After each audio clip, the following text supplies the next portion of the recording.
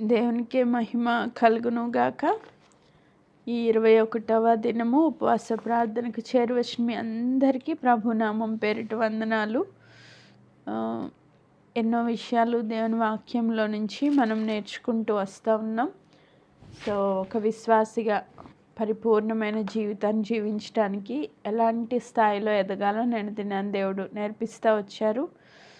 ఈరోజు ఒక విశ్వాసిగా ఎలాంటి అధికారంతో మనం ఈ లోకంలో ప్రార్థించాలి అన్నది ఈరోజు ఒక అంశంతో దేవుడు మనతో మాట్లాడబోతూ ఉన్నారు. మీ హృదయాలను సిద్ధపరచుకున్నారని నమ్ముతున్నాను.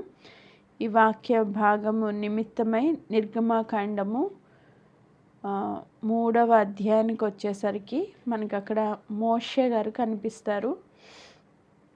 దేవుడు మోషేని ఎన్నుకున్న విధానము మనకి ఆ 3వ అధ్యాయం మొత్తం చాలా క్లియర్గా ఆల్రెడీ చాలాసార్లు వినే ఉంటారు మీరు. కానీ ఓవరాల్గా ఒక చిన్న ఇంట్రడక్షన్ లాగా నేను చెప్పాలని ఆశపడుతున్నాను. మోషే తన మామ అయిన మిద్యానీయుడైన ఇత్రో యొక్క గొర్రెల మందను కాపలా కాస్తూ తన జీవిత విధానాన్ని కొనసాగిస్తున్న దినాల్లో ఒకరోజు కొండ దగ్గర ఒక పొద కనిపిస్తూ ఉంది ఆయనకి, హోరేబు అనే పర్వతం దగ్గర. అది బాగా కాలుతుంది, కానీ అది ఆ మంట వల్ల బూడిదైపోవడం లేదు.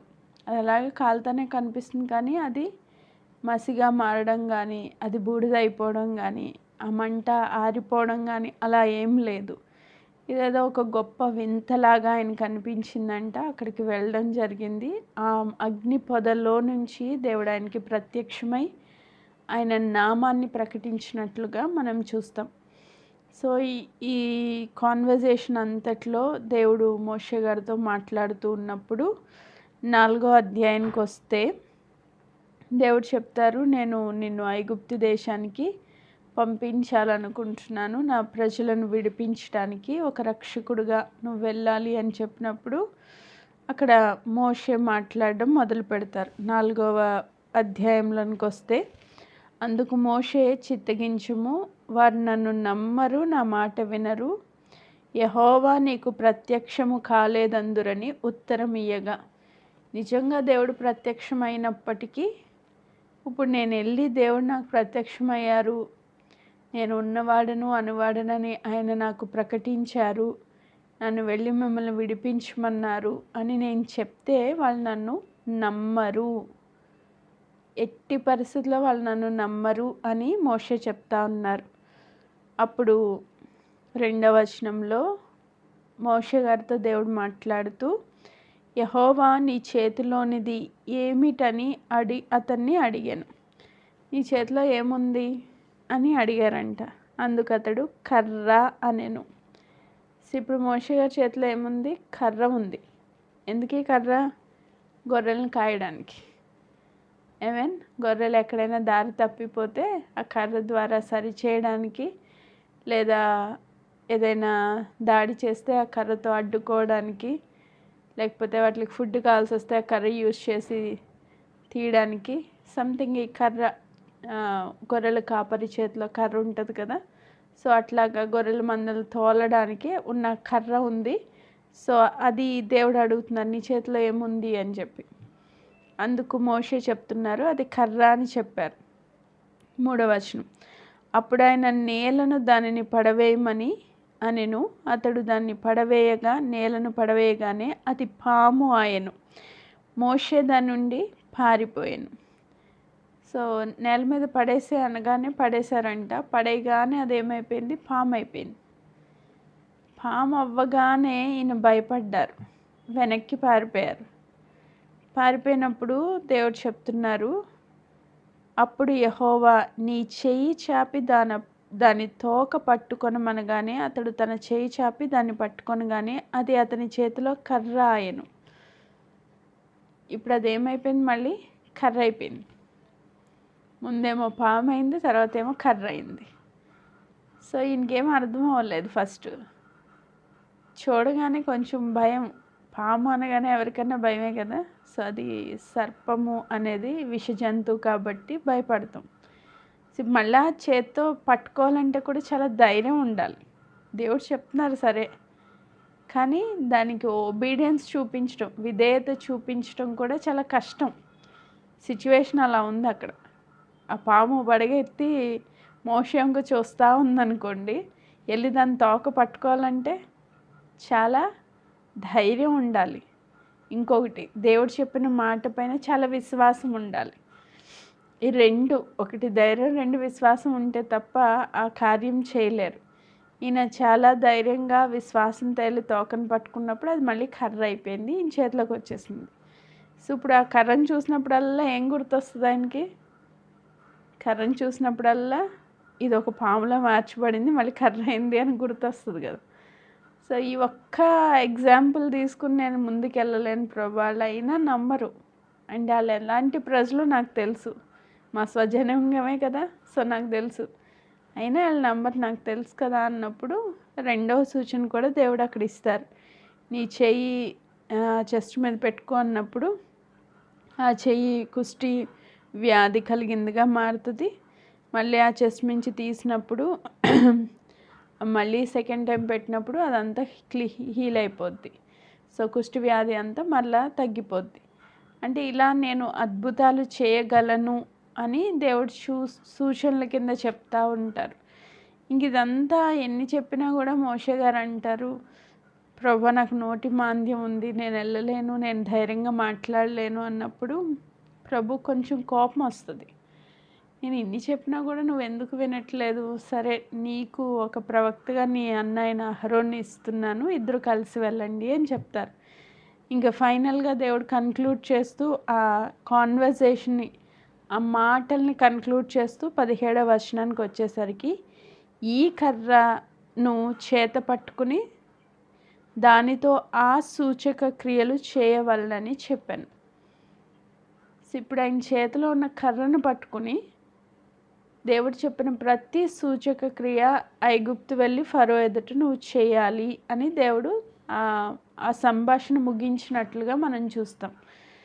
సరే, ఇప్పుడు ఏం చేశారంట? మోషే బయలుదేరాడు, అహరోన్ని కలుసుకున్నాడు, ఇంటికి వెళ్ళాడు, మా అమ్మతో మాట్లాడాడు, తన భార్యని బిడ్డల్ని తీసుకున్నాడు, బయలుదేరాడు ఐగుప్తు దేశానికి. బయలుదేరుతున్నప్పుడు ఇంకొక మాట 20వ వచనం చదువుతున్నాను. మోషే తన భార్యను తన కుమారులను తీసుకొని గాడిద ఎక్కించుకొని ఐగుప్తునకు తిరిగి వెళ్ళాను. మోషే దేవుని కర్రను తన చేత పట్టుకుని పోయాను. దేవుని కర్ర అని రాయబడింది. సో తన చేతిలో పట్టుకుని వెళ్ళిపోయాడంట. ఇప్పుడు ఈ కర్రతో 10 అద్భుతాలు చేసినట్లుగా మనము చూస్తాం. ఫరో ఎదుట 10 అద్భుతాలు జరిగినాయి. సో 10 అద్భుతాల్లో కూడా కర్ర వాడినట్లుగా మనం చూస్తాం. ఆ తర్వాత ఫరో విడుదల ఇచ్చేశాడు. వీళ్ళందరూ కలిసి బయలుదేరారు, ఐగుప్తు నుంచి బయటకు వచ్చేసారు. బయటకు వచ్చిన తర్వాత మొట్టమొదటిసారిగా వారికి చాలా పెద్ద ప్రాబ్లం వచ్చింది. ఏంటా పెద్ద ప్రాబ్లం అంటే, ఎదురుగుండా ఎర్ర సముద్రం, వెనకాల భయంకరంగా కోపంతో ఉగ్రతతో ఊగిపోతూ వస్తున్న ఫరో సైన్యం. సో చాలా పెద్ద ప్రాబ్లమేటిక్ సిచ్యువేషన్లోనికి వాళ్ళు వచ్చేసరికి వాళ్ళు మాట్లాడుతున్న మాట నిర్గమాకాండం 14వ అధ్యాయము 11వ వచనం నేను చదువుతున్నాను. అంతట వారు మోషేతో, ఐగుప్తులో సమాధులు లేవని ఈ అరణ్యంలో చచ్చుటకు మమ్మల్ని రప్పించితివా? మమ్మను ఐగుప్తులో నుండి బయటికి రప్పించి మమ్మను ఇట్లు చేయనేలా? మా జోలికి రావద్దు, ఐగుప్తీయులకు దాసులు మగదుమని ఐగుప్తులో మేము నీతో చెప్పిన మాట ఇదే కదా. మేము ఈ అరణ్యమందు చచ్చుట కంటే ఐగుప్తీయులకు దాసులు మగుటయే మేలని చెప్పిరి. ఇప్పుడు వాళ్ళు ఉన్న సిచ్యువేషన్ ఎంత కఠినంగా ఉందంటే, ఎదురుకెళ్తే సముద్రంలో మునిగి చనిపోవాలి, వెనక్కి వెళ్తే ఫరో చంపేస్తాడు. సో ఎటు చూసినా మరణమే కనిపిస్తుంది వాళ్ళకి. కాబట్టి వాళ్ళు అంటున్నారు, ఎందుకు ఇలా చనిపోయడానికి మమ్మల్ని బయటికి తీసుకొచ్చావు మోషే? అక్కడ సమాధులు లేవా? అక్కడ చచ్చిపోయే వాళ్ళం కదా, ఎందుకు ఇలాంటి సిచ్యువేషన్ మా జీవితాల్లోకి తీసుకొచ్చావు అని చెప్పి చాలా భయంలో ఉన్నారు, భయంతో మాట్లాడుతూ ఉన్నారు. సో ఆ సిచ్యువేషన్కి వచ్చేసరికి ఇప్పుడు మోషే మాట్లాడడం మొదలుపెట్టారు. 13వ వచనం, అందుకు మోషే, భయపడకుడి, యెహోవా మీకు నేడు కలుగజేయ రక్షణను మీరు ఓరక నిలిచి ఉండి చూడుడి. మీరు నేడు చూసిన ఐగుప్తీయులను ఇక మీదట మరి ఎన్నడూ చూడరు. యెహోవా మీ పక్షమున యుద్ధము చేయును, మీరు ఊరకయే ఉండవలనని ప్రజలతో చెప్పాను. సో వీళ్ళు భయంతో మాట్లాడుతున్నారని మోషేకి అర్థమైంది. ఇప్పుడు మోషే చెప్తున్నారు, మీరు ఊరక నిలిచి ఉండి చూడండి, దేవుడు యుద్ధం చేస్తాడు, మీరు ఏం మాట్లాడొద్దు, భయంలో ఉన్నప్పుడు ఏం మాట్లాడొద్దు అని చెప్తా ఉన్నాడు. ఈ మాట ఎవరు చెప్పారు? మోషే చెప్పారు కదా. దేవుడు చెప్పారా? చెప్పలేదు. మోషే మాట్లాడుతున్నారు. ఏమని? మీరు ఓరక నిలిచి ఉండి చూడండి, మీరు సైలెంట్గా ఉండండి, మాట్లాడకండి, యుద్ధం దేవుడు చేస్తాడు, మీరు సైలెంట్గా ఉండి చూడండి అని చెప్తున్నాడు. అక్కడే నిలిచి ఉండండి అని చెప్తున్నాడు. ఇప్పుడు దేవుడు మాట్లాడడం మొదలుపెట్టారు. 15వ వచనం, అంతలో యెహోవా మోషేతో, నీవేళ నాకు మొర్ర పెట్టుచున్నావు. అంటే ఇప్పుడు మోషే ఏం చేస్తున్నారు? వీళ్ళతో మాట్లాడిన తర్వాత దేవుని దగ్గరికి వెళ్ళి ప్రార్థన చేయడం మొదలుపెట్టాడు ఆయన. దేవా ఏంటి సిచ్యువేషన్ ఇంత క్రిటికల్ అయిపోయిందని మోషే దేవుడితో మాట్లాడుతున్నారనమాట. సో వెంటనే మోషే గారికి సమాధానం దేవుడు చెప్తున్నారు. ఏమని చెప్తున్నారు? నీవేళ నాకు మొరపెడుచున్నావు అంటే ఎందుకు ప్రార్థన చేస్తున్నావు నువ్వు అని చెప్పి, సాగిపోవుడి అని ఇశ్రాయేలుతో చెప్పుము. ఏమని చెప్తున్నారు దేవుడు? సాగిపోండి, ముందుకు సాగిపోండి. ఇప్పుడు అదే మాట మోషే చెప్పారనుకోండి, ఎదురుగుండా సముద్రం కనిపిస్తుంది. అంటే మునిగిపోయి చనిపోమంటావా? నెక్స్ట్ ఆ మాట చెప్పగానే వచ్చే రిప్లై ఏంటి? ముందుకెళ్ళి చావమంటావా అని అడుగుతారు వాళ్ళు. కానీ దేవుడు దాన్ని కొనసాగిస్తూ, సాగిపోవుడి అని ఇశ్రాయేలుతో చెప్పుము, నీవు నీ కర్రను ఎత్తి ఆ సముద్రం వైపు నీ చెయ్యి చాపి దాన్ని పాయలుగా చేయుము. దేవుడు ఏం చెప్తున్నారు? నువ్వు నీ కర్రను ఎత్తి సముద్రం వైపు చాపి దాన్ని పాయలుగా చేయుము. అంటే నువ్వు ఎత్తు, నేను చేస్తాను అన్నారా, నువ్వే చెయ్యి అంటున్నారా? అక్కడ ఒక చిన్న డిఫరెన్స్ మనము మిస్ అవుతూ ఉంటాం ఈ పాయింట్. నువ్వు ముందుకు సాగిపో అని చెప్పు, రెండవది నీ కర్ర ఎత్తి సముద్రం వైపు చాపి 2 పాయలు చెయ్యి. అంటే ఇప్పుడు కార్యం చేయాల్సింది ఎవరి పని? మోషే పని. దేవుడు అంటున్నారు, నేనేం చేయను, నువ్వు నాకు ఎంత ప్రార్థన చేసినా నేనేం చేయను, చేయాల్సింది ఎవరు? నువ్వు. అందుకు నేను నీకు ఇచ్చిన ఆయుధం ఏంటి? కర్ర. సో నీ చేతిలో కర్ర ఉంది.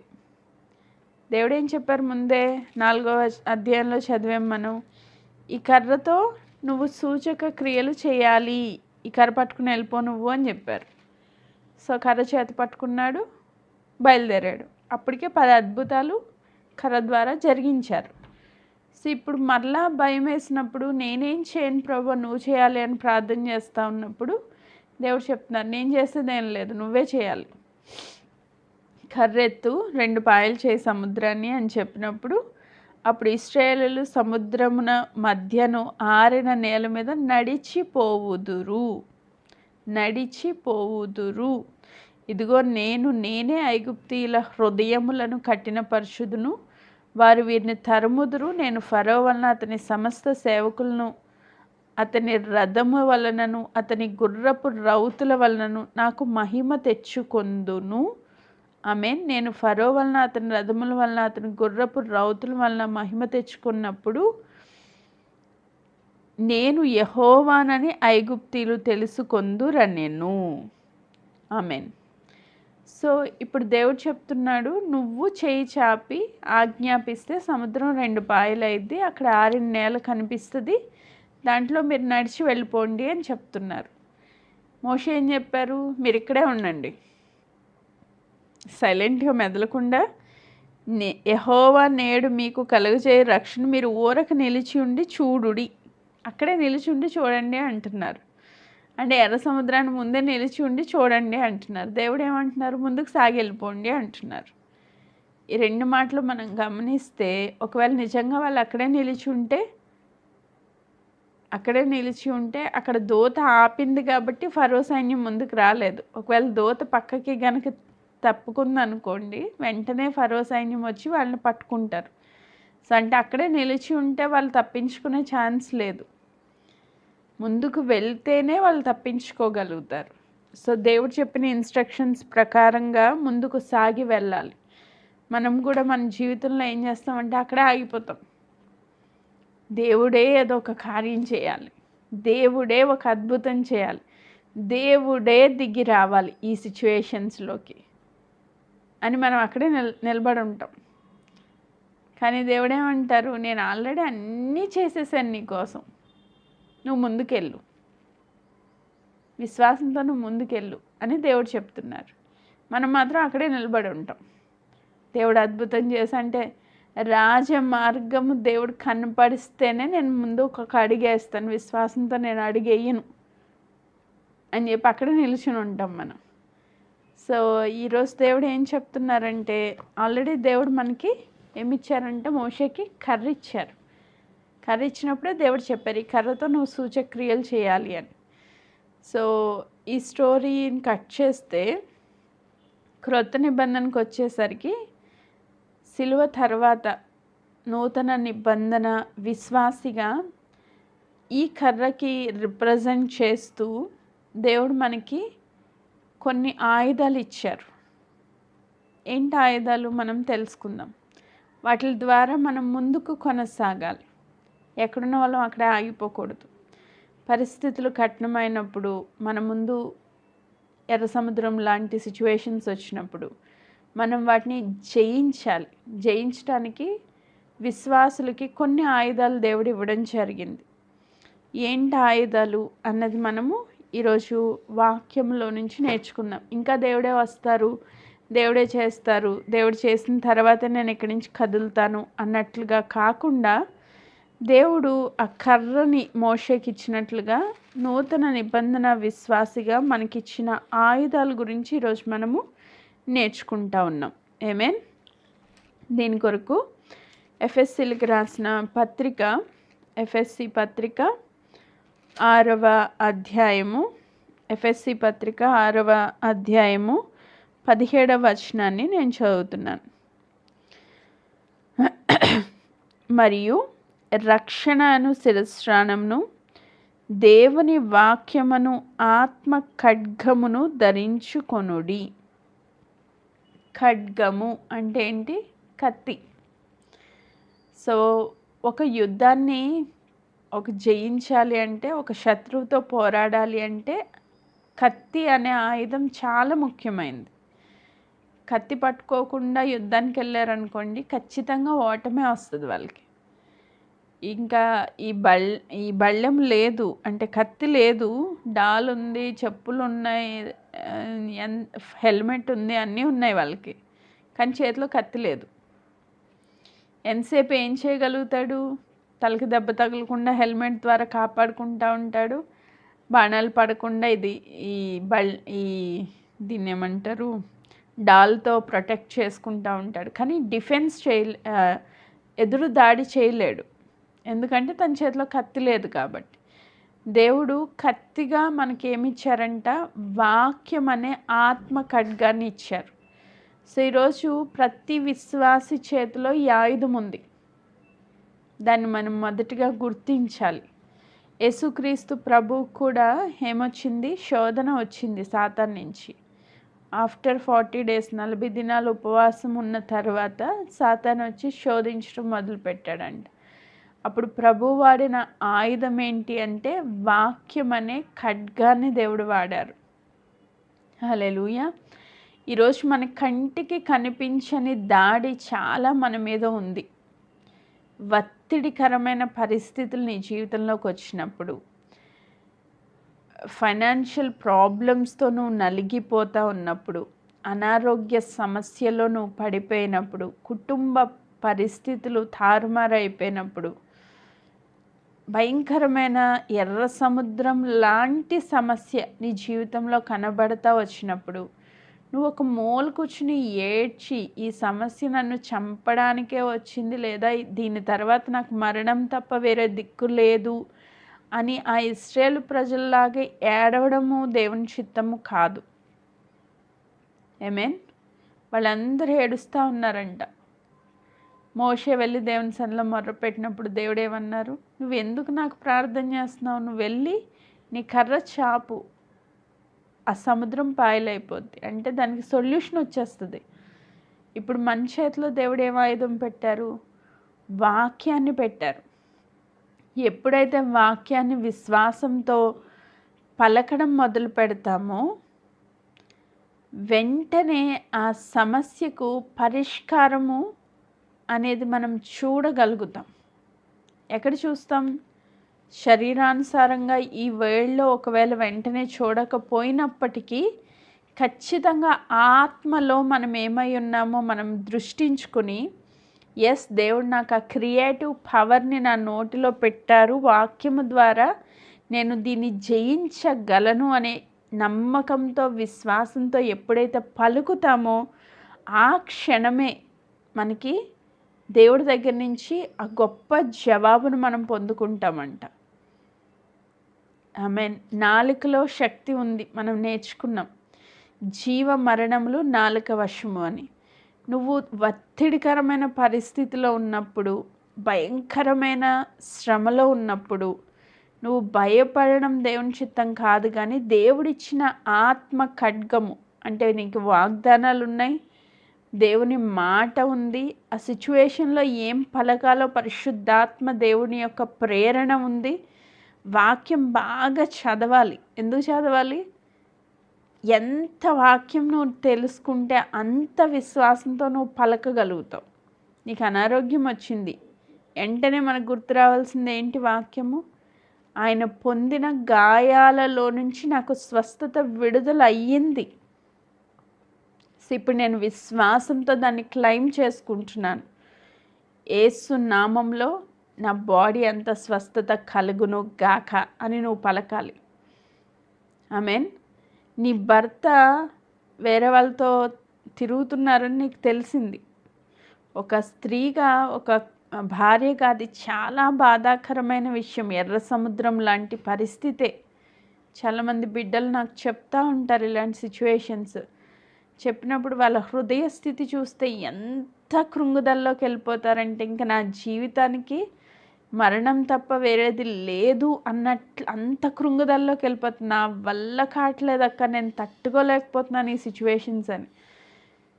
కానీ అలాంటి పరిస్థితుల్లో నువ్వు దేవుని మాటను పలకాలి.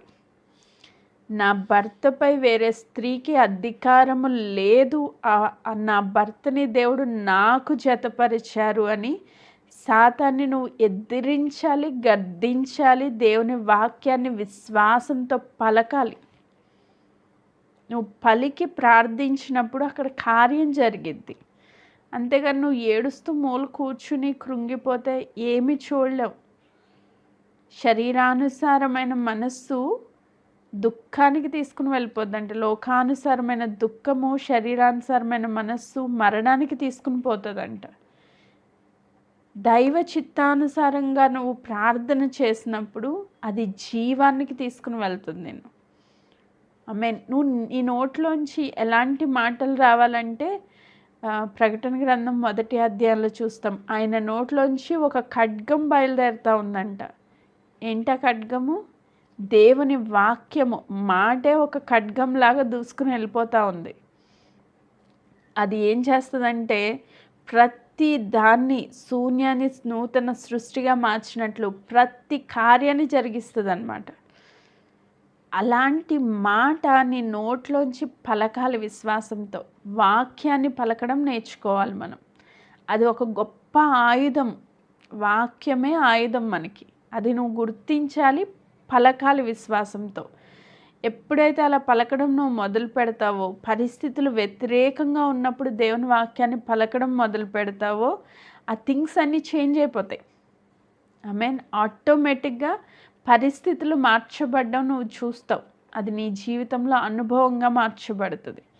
సో ఎప్పుడైతే నువ్వు విశ్వాసం ఉంచి ఏది పలుకుతావో అది నీ జీవితంలో పొందుకుంటావు. అలాంటి వాక్యం అనే ఆత్మ ఖడ్గాన్ని దేవుడు మనకి ఇచ్చారు. ఆ రోజు మోషేకి కర్ర ఇచ్చినట్లుగా ఈరోజు వాక్యం అనే ఆత్మ ఖడ్గాన్ని దేవుడు మనకి ఇచ్చారు. ఆ వాక్యం పలికినప్పుడు దాని యొక్క ఎండ్ రిజల్ట్ ఏంటంటే నీకు గొప్ప విజయాన్ని నువ్వు చూస్తావు. నువ్వు నిరాయుధుడివి కాదు, నీకు ఆయుధం ఉంది, అది నువ్వు గుర్తించాలి. ఆమేన్. సో ఇది మొదటి మాట.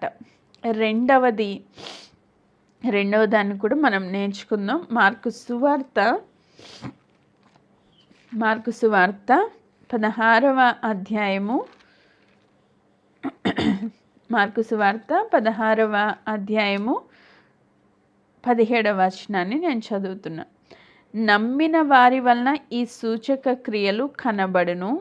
అవేమనగా నా నామమున దెయ్యములు వెళ్ళగొట్టుదురు, క్రొత్త భాషలు మాట్లాడుదురు, పాములను ఎత్తి పట్టుకొందురు, మరణకరమైనది ఏదియు త్రాగినను అది వారికి హాని చేయదు, రోగుల మీద చేతులుంచినప్పుడు వారు స్వస్థత నొందుదురని వారితో చెప్పెను. ఆమేన్. ఇక్కడ ఈ మాటలో నా నామమున అన్నది మీరు హైలైట్ చేసుకోండి. ఇప్పుడు దేవుడు ఏం చెప్తున్నారు? నమ్మిన వారికి నా నామమున మీరు ఏదైతే విశ్వాసం ఉంచి నా నామమున పలుకుతారో, నా నామం పేరిట ప్రార్థిస్తారో అది జరిగి తీరుతుంది. ఆమేన్. దేవుని వాక్యం ఒక ఖడ్గం అయితే యేసు నామము రెండవ ఆయుధం మనకి దేవుడు ఇచ్చారు. యేసు నామంలో ఏది పలికితే అది మనము చూస్తామన్నమాట. ఇక్కడ ఏమంటారు? నా నామమున దెయ్యములు వెళ్ళగొట్టుదురు అంటే ఒక అపవిత్రాత్మ పట్టిన వ్యక్తి. ఇప్పుడు ఈరోజు మనం మన చుట్టూ ఉన్న వ్యక్తుల్లో చాలామంది అనుకుంటారు నా భర్తే నా పాలిట ఒక యముడు అనుకుంటారు. అంటే ఆ వ్యక్తి అలా బిహేవ్ చేస్తూ ఉన్నప్పుడు భయంకరంగా తాగి వచ్చి కొడుతున్నాడు అనుకోండి, ఆ భర్తను చూసి వీడి వల్లే నా జీవితం ఎలా అయిపోయిందని భర్తను ద్వేషిస్తూ ఉంటారు. కానీ ఆ వెనకాల ఒక దురాత్మ పనిచేస్తుంది అని మనం గుర్తించలేం.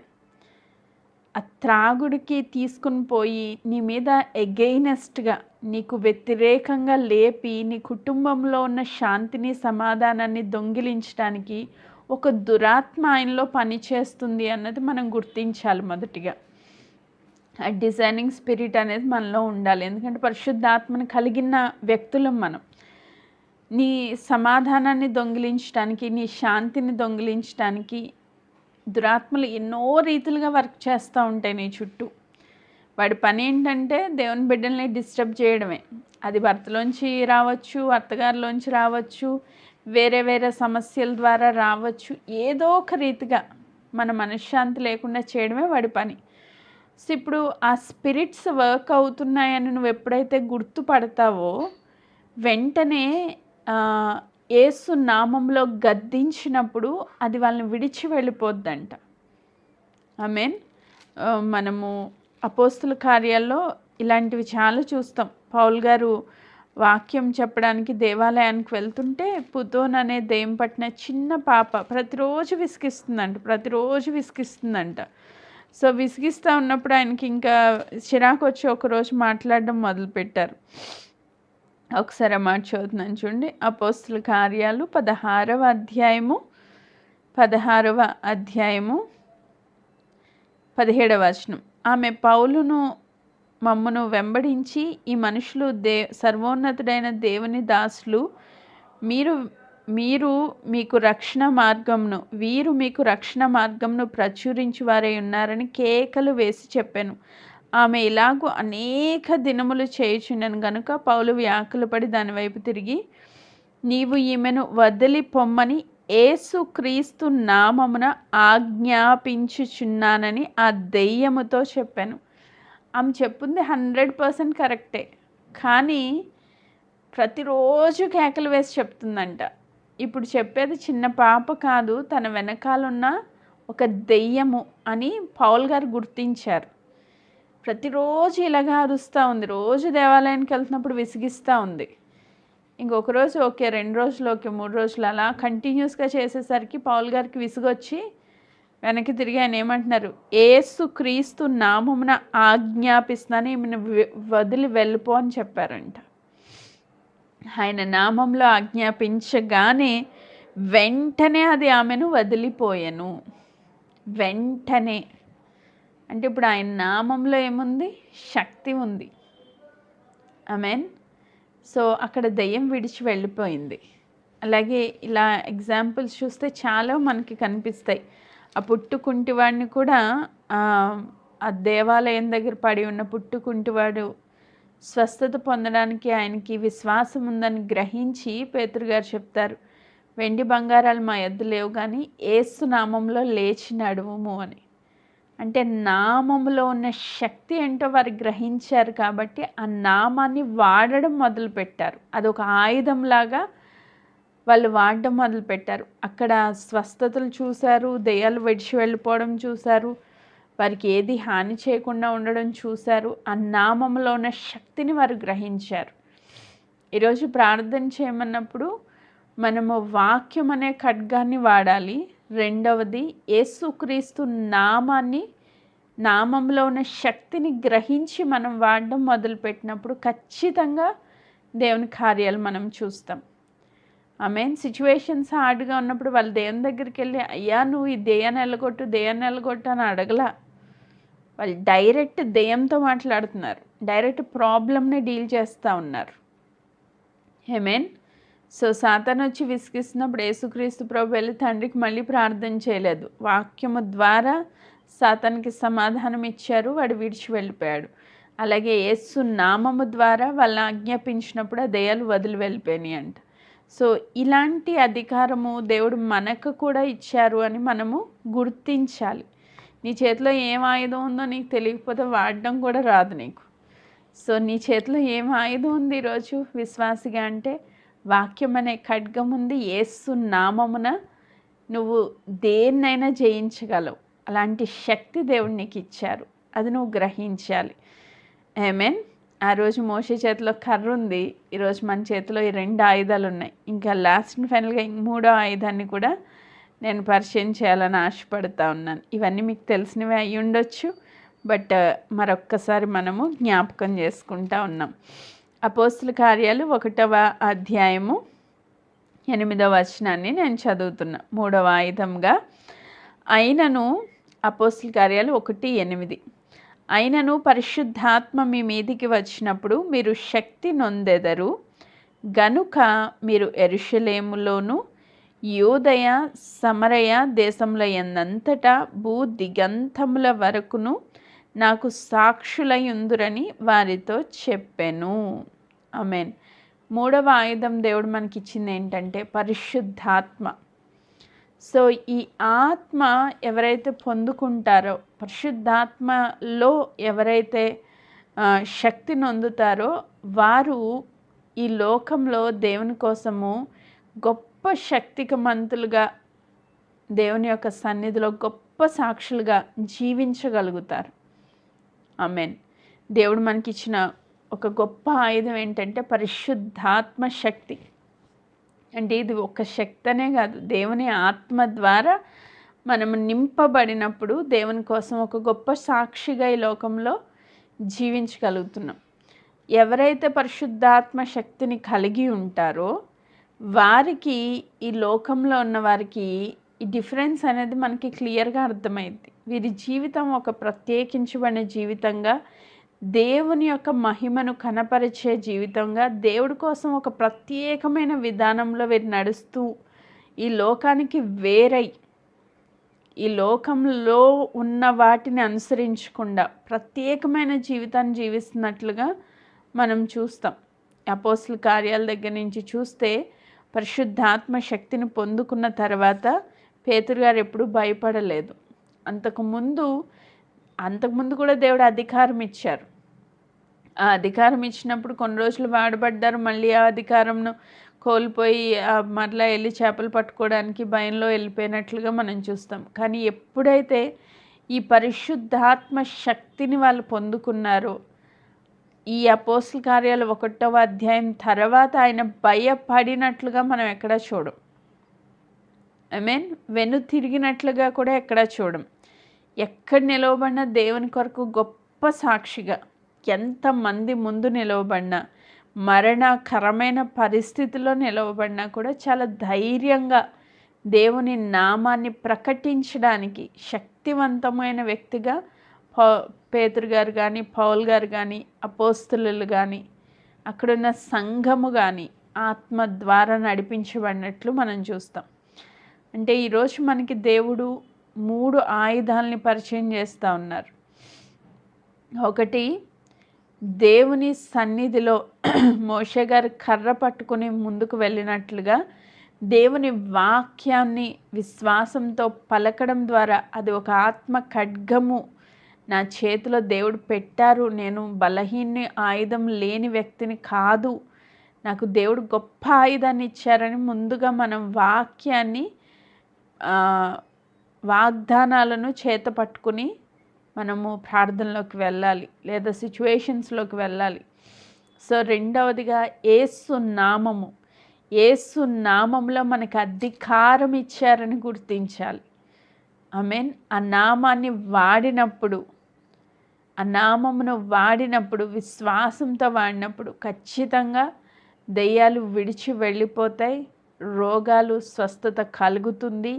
ఆ నామంలో ధైర్యంగా మనం ప్రకటించగలము అని మనం నమ్మాలి. And third and most important ఏంటంటే పరిశుద్ధాత్మ మనం లోనికి వచ్చినప్పుడు మనం శక్తివంతులు అవుతాం. సో అధికారము ప్లస్ శక్తి, ఈ 2 మనకు వస్తాయి. ఆ శక్తితో మనం మూవ్ అయినప్పుడు ఖచ్చితంగా దేవుని కోసం ఒక గొప్ప సాక్షులుగా ఈ లోకంలో మనము ధైర్యముగా జీవించగలుగుతాం. సో ఆ రోజు మోషే చేతిలో కర్ర ఉంది. ఆయన కొన్ని లక్షల జనాంగాన్ని ఐగుప్తులో నుంచి విడిపించి కనానుకు నడిపించారు. ఈరోజు మన చేతిలో ఈ 3 ఆయుధాలని కూడా దేవుడు పెట్టారు. సో ఈ 3 ఆయుధాలని మనం కలిగి ఉన్నాము అని మొదటగా మనం గుర్తించాలి, గ్రహించాలి. సో దేవుని చిత్తంలో మనం వాడబడడానికి దేవుడు మనల్ని నిరాయుధులుగా చేయలేదు, సాతాన్ని నిరాయుధుడిగా చేశాడంట దేవుడు. కానీ మనం ఆయుధాలు కలిగిన వ్యక్తులుగా ఉన్నాము అని మనం గుర్తించాలి. అండ్ ఫైనల్గా ఇంకొక మాట చదవాలని ఆశపడుతున్న నిర్గమాకాండము 17వ అధ్యాయము. నిర్గమాకాండం 17వ అధ్యాయానికి వచ్చేసరికి ఇక్కడ 8వ వచనం నుంచి 16 వచనాలు ఇప్పుడు మనకి టైం లేదు, తర్వాత మీరు చదువుకోండి. అమాలేకీలతో యుద్ధం జరుగుతూ ఉంది. ఇక్కడ మోషే ఏం చెప్తారంటే 9వ వచనం ఒకటి చదువుతున్నాను చూడండి. మోషే యెహోషువతో మన కొరకు మనుషులను ఏర్పరిచి వారిని తీసుకొని బయలువెళ్ళి అమాలేకీలతో యుద్ధం చేయము. రేపు నేను దేవుని కర్రను చేత పట్టుకొని ఆ కొండ శిఖరం మీద నిలిచేదను. ఏం చేత పట్టుకొని? దేవుని కర్రను చేత పట్టుకొని. నువ్వు కొండ కింద యుద్ధం చేయి మనుషులతో, నేను కొండ పైన ఏం చేస్తాను? దేవుని కర్ర చేత పట్టుకుని నిలబడతాను. చేతులు పైకెత్తి కర్ర చేత పట్టుకుని నిలవబడినప్పుడు వారు ఆ యుద్ధంలో విజయాన్ని చూస్తూ వచ్చారంట. ఈయన చేతులు బరువెక్కిపోయి కింద దించితే వాళ్ళకేమో అపజయం వస్తూ ఉందంట. ఈయన చేయి పైకెత్తినప్పుడల్లా విజయము, దించినప్పుడల్లా అపజయము. ఇంక ఇలా కాదని చెప్పి హూరు అహరోన్లు ఏం చేశారంటే ఆయన చోట కూర్చోబెట్టి ఆ 2 చేతులకి వాళ్ళు సపోర్ట్ ఇచ్చారనమాట. ఎంతసేపు చేయెత్తి అలా ఉంటాం, కొంతసేపటికి చేయి నొప్పి వచ్చేస్తూ ఉంటుంది, దించేస్తూ ఉంటాం. ఇది దించినప్పుడల్లా కింద ఇశ్రాయేల్ ప్రజలు ఓడిపోతూ ఉన్నారు. ఇంక ఇలా కాదని యుద్ధం కంప్లీట్ అయ్యేంత వరకు ఆ చేతులు ఎత్తే ఉంచాలని చెప్పి వాళ్ళు సపోర్ట్ ఇవ్వడం వల్ల, వాళ్ళు పట్టుకుని అలా నిలవబడడం వల్ల ఆ యుద్ధము కంప్లీట్ అయింది. ఇశ్రాయేల్ ప్రజలకు విజయం వచ్చింది. దేవుని కర్ర చేత పట్టుకుని పైకెత్తడం వల్ల వారికి విజయం వచ్చింది. ఈరోజు దానికి సాదృశ్యంగా నూతన నిబంధనకు వచ్చేసరికి యేసుక్రీస్తు ప్రభువు శిలువ మీద ఆయన భూమి ఆకాశములకు మధ్యలో వేళ్లాడుతూ వచ్చారు. సో ఆయన పైకెత్తబడ్డారు. పైకెత్తబడినప్పుడు ఎందరైతే నా వైపు చూస్తారో వారందరూ నిత్య జీవానికి అర్హులుగా నా బిడ్డలుగా చేయబడతారని ఆయన వాగ్దానం ఇచ్చారు. ఆమేన్. ఆయన మోషే కర్ర చేత పైకెత్తినప్పుడు ఆయన విజయం వచ్చింది. మనకి సిలువలో యేసుక్రీస్తు ప్రభు మన శాపాన్ని, పాపాన్ని, సాతాను యొక్క కబర్ణ హస్తాల్లోంచి విడుదల ఇవ్వడానికి ఆయన మరణాన్ని పొందుకున్నప్పుడు మనకు కూడా విజయం వచ్చేసింది. ఆల్రెడీ వచ్చేసింది. ఇప్పుడు మనం ఎలా ఆలోచించాలి అంటే ప్రతి సమస్య పైన దేవుడు మనకి జయాన్ని ఇచ్చేశారు. అది అనారోగ్యమైన, దరిద్రత అయినా, కుటుంబ సమస్య అయినా, పిల్లల భవిష్యత్తు అయినా, ఏదైనా సరే ఇప్పుడు మరలా కొత్తగా మనం విజయం కొరకు చేతులు ఎత్తాల్సిన అవసరం లేదు. ఆల్రెడీ సిలువ మీద ప్రభు చేతులు చాచారు. ఎందుకంటే మనకి విజయాన్ని ఇవ్వడానికి ఆయన ఇచ్చేశారు, మరణించి తిరిగి లేచి. ఆమేన్. సో ఆ సత్యాన్ని మనం విశ్వసించినప్పుడు మనం ఎలా కొనసాగలుగుతామంటే విజయం పొందుకున్న వారుగా ప్రతి పరిస్థితిలోనికి మనం ఎంటర్ అవుతాం. ఇప్పుడు ఈ పరిస్థితి చివర నాకు విజయం ఉంది అని తెలిసినప్పుడు మన యాటిట్యూడ్ డిఫరెంట్గా ఉంటుంది. ఈ పరిస్థితి ఈ సమస్య నన్ను నాశనం చేయడానికి రాలేదు, గొప్ప సాక్షిగా మలచడానికి వచ్చింది. ఆమేన్. ఈ పరిస్థితి ద్వారా దేవుడు నాకు అత్యధికమైన విజయం ఇచ్చారు. ఆమేన్. అలా అని నువ్వు ఎప్పుడైతే మైండ్లో ఫిక్స్ అవుతావో క్రీస్తు శిలువ వైపు చూసినప్పుడు నీకేం కనిపించాలి? ఆయన పడ్డ బాధలు, అవమానాలు, వేదనలు, కృంగుదలు, ఇది కాదు నీకు కనిపించాల్సింది. శిలువలో మనకి ఏం కనిపించాలంటే విజయం కనిపించాలి. ఆమేన్. దేవుడు మనకిచ్చిన అత్యధికమైన విజయాన్ని మనం చూసినప్పుడు ఖచ్చితంగా ప్రతి సిచ్యువేషన్లో మనం విజయాన్నే చూస్తాం. హల్లెలూయా. సో సిలువలో మనకి ఆల్రెడీ దేవుడు విజయం ఇచ్చేశారు. అది నువ్వు గుర్తించాలి. దాని ప్రకారంగా నీ మనసు మార్చుకోవాలి. సో ఆయన విజయాన్ని ఇచ్చి 3 ఆయుధాలను ఇచ్చి ఇప్పుడు నువ్వు ముందుకెళ్ళు అని అంటున్నారు. ఇంకా మనం ఇక్కడ కూర్చుని ప్రభువా నువ్వు నా కోసం ఏదోటి చేయి, నా కోసం ఏదోటి చేయి, నా కోసం ఏదోటి కాదు, ఆల్రెడీ అన్నీ చేసేసాను నేను. సో నువ్వు ఇప్పుడు ఏం చేయాలి? విశ్వాసంతో నువ్వు పలికి దాన్ని స్వతంత్రించుకోవడమే లేట్. సో ఏం చేయాలి? దేవుడిచ్చిన వాక్యం అనే ఆత్మ ఖడ్గాన్ని పట్టుకొని దేవుని నామం పేరిట పరిశుద్ధాత్మ శక్తితో నువ్వు ముందుకు కొనసాగాలి అని దేవుడు కోరుకుంటున్నారు. అట్టి కృప జిఎల్ఎం కుటుంబంలో ఉన్న ప్రతి బిడ్డ పొందునుగాక. దేవుడి వాక్య భాగమును దీవించునుగాక. ఆమేన్. Praise God.